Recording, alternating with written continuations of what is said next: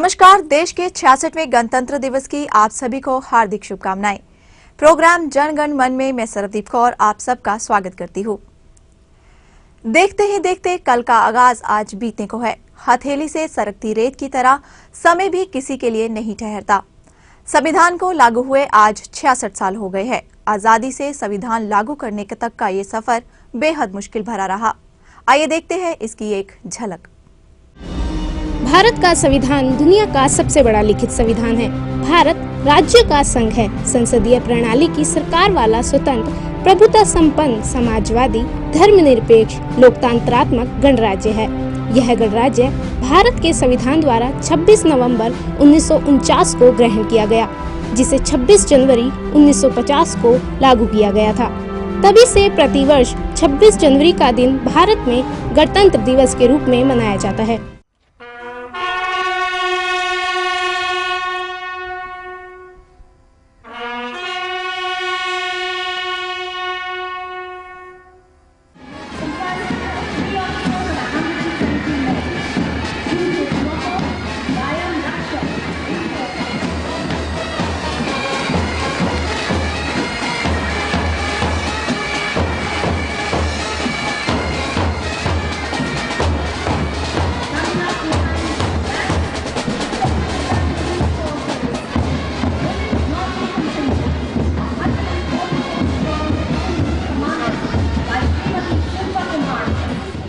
जहाँ डाल डाल पर सोने की चिड़िया करती है बसेरा, वो भारत देश है मेरा, वो भारत देश है मेरा। जहाँ डाल डाल पर सोने की चिड़िया करती है बसेरा, वो भारत देश है मेरा, वो भारत देश है मेरा। जहाँ सत्य, अहिंसा और धर्म का पग पग लगता डेरा, वो भारत देश है मेरा, वो भारत देश है मेरा। संविधान देश का अस्तित्व होता है। इस अस्तित्व के महत्व को बनाए रखने के लिए और देश को सही रूप से चलाने के लिए कई नई व्यवस्थाओं का निर्माण किया गया है, जिससे भारत के गणतंत्र का स्वरूप और नागरिकों के अधिकारों की रक्षा की जा सके।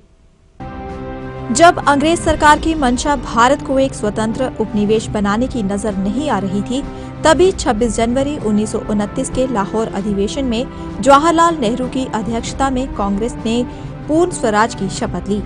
पूर्ण स्वराज के अभियान को पूरा करने के लिए सभी आंदोलन तेज कर दिए गए थे। सभी देशभक्तों ने अपने अपने तरीके से आजादी के लिए कमर कस ली थी। एकता में बल है, इस भावना को चरितार्थ करती विचारधारा से अंग्रेजों को पीछे हटना पड़ा और अंत में 15 अगस्त 1947 को भारत आजाद हुआ। तभी ये निर्णय लिया गया कि 26 जनवरी 1929 की निर्णायक तिथि को गणतंत्र दिवस के रूप में मनाया जाएगा। गणतंत्र का अर्थ होता है हमारा संविधान, हमारी सरकार, हमारे कर्तव्य, हमारा अधिकार।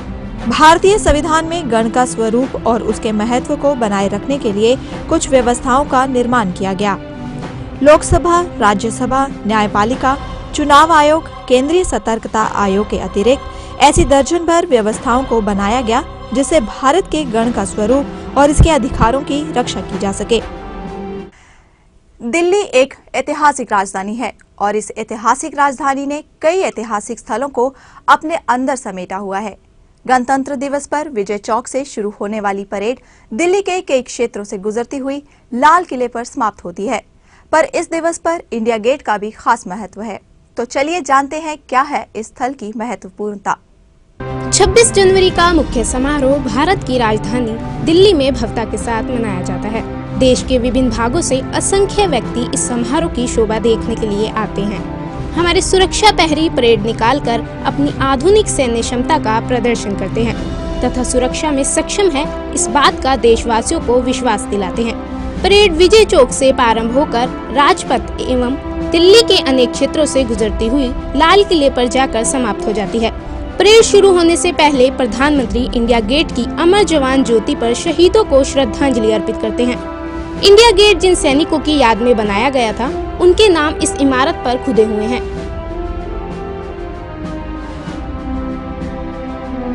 शहीद सैनिकों की स्मृति में यहाँ एक राइफल के ऊपर सैनिक की टोपी रखी गई है, जिसके 4 कोनों पर सदैव अमर जवान ज्योति जलती रहती है। इसकी दीवारों पर उन हजारों शहीद सैनिकों के नाम हैं, जिन्होंने मातृभूमि के सम्मान एवं उसकी आजादी के लिए अपने जीवन की आहुति दी थी। इस इमारत पर 70,000 से अधिक भारतीय सैनिकों के नाम शिल्पित किए गए हैं। शहीदों को श्रद्धांजलि अर्पित करने के बाद राष्ट्रपति अपने अंगरक्षकों के साथ 14 घोड़ों की बग्घी में बैठकर इंडिया गेट पर आते हैं।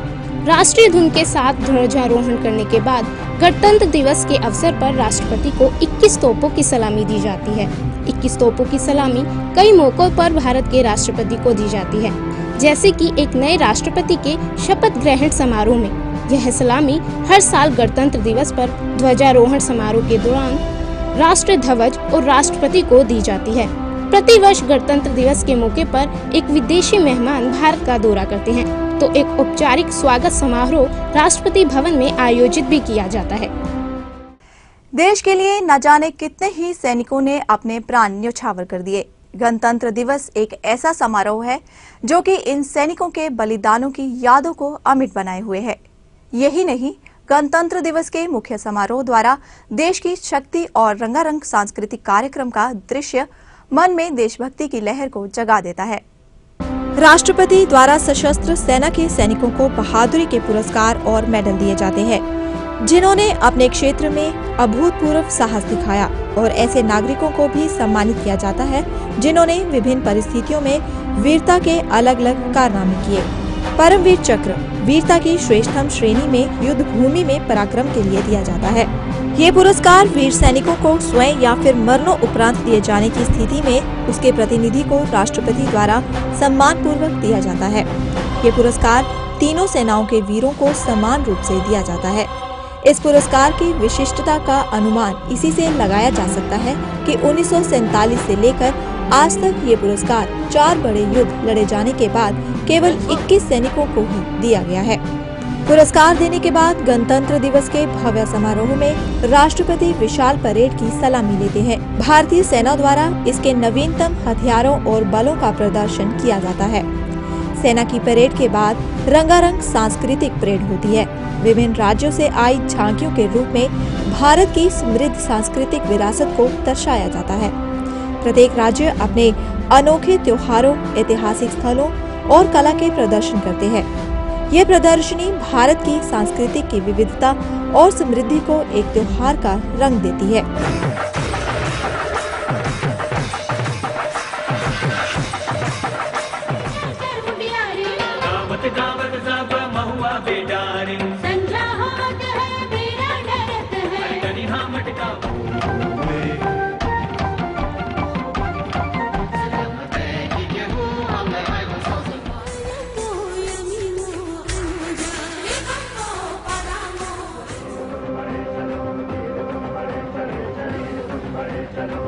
विभिन्न सरकारी विभागों और भारत सरकार के मंत्रालयों की झांकियां भी राष्ट्र की प्रगति में अपने योगदान प्रस्तुत करती हैं।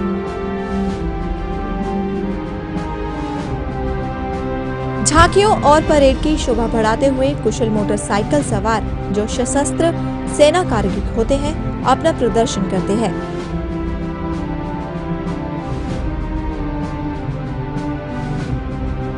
परेड का सर्वाधिक प्रतीक्षित भाग फ्लाई पास्ट है, जो भारतीय वायुसेना द्वारा किया जाता है।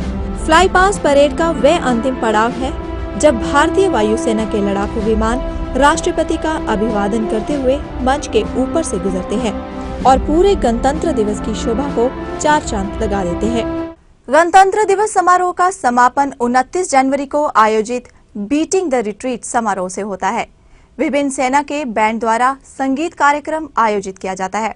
इसी के साथ ही विभिन्न मंत्रालयों को रोशनी से सुंदरता पूर्वक सजाया जाता है। बीटिंग द रिट्रीट उन दिनों की परंपरा है जब सेना अध्यक्ष बिगुल बजाते थे और सेना को युद्ध समापन करने पर अपने अपने शिविरों को लौट जाने का आदेश देते थे।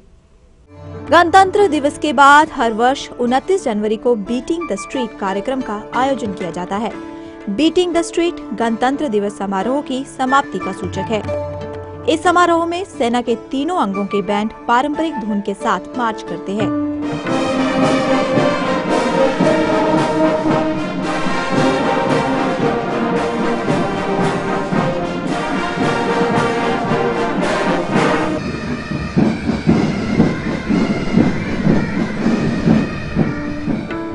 सेना की बैरक वापसी का प्रतीक है। समारोह राष्ट्रपति भवन के सामने विजय चौक पर आयोजित होता है। 26 जनवरी से 29 जनवरी के बीच सभी महत्वपूर्ण सरकारी भवनों को रोशनी से सुंदरता पूर्वक सजाया जाता है।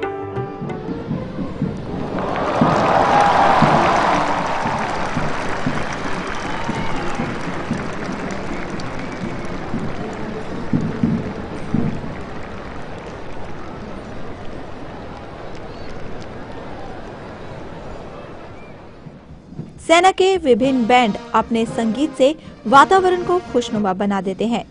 विभिन्न सैन्य बैंड द्वारा संगीत कार्यक्रम आयोजित किया जाता है।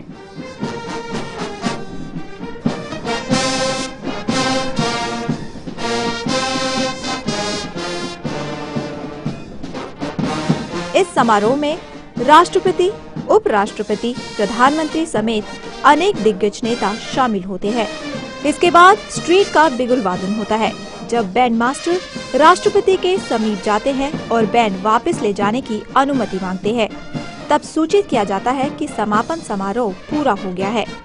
बैंड मार्च वापस जाते समय लोकप्रिय धुन सारे जहां से अच्छा बजाते हैं। शाम को बर्गलर स्ट्रीट की धुन बजाते हुए राष्ट्रीय ध्वज को उतार लिया जाता है तथा राष्ट्रीय गान गाया जाता है और इस प्रकार गणतंत्र दिवस के आयोजन का औपचारिक समापन हो जाता है।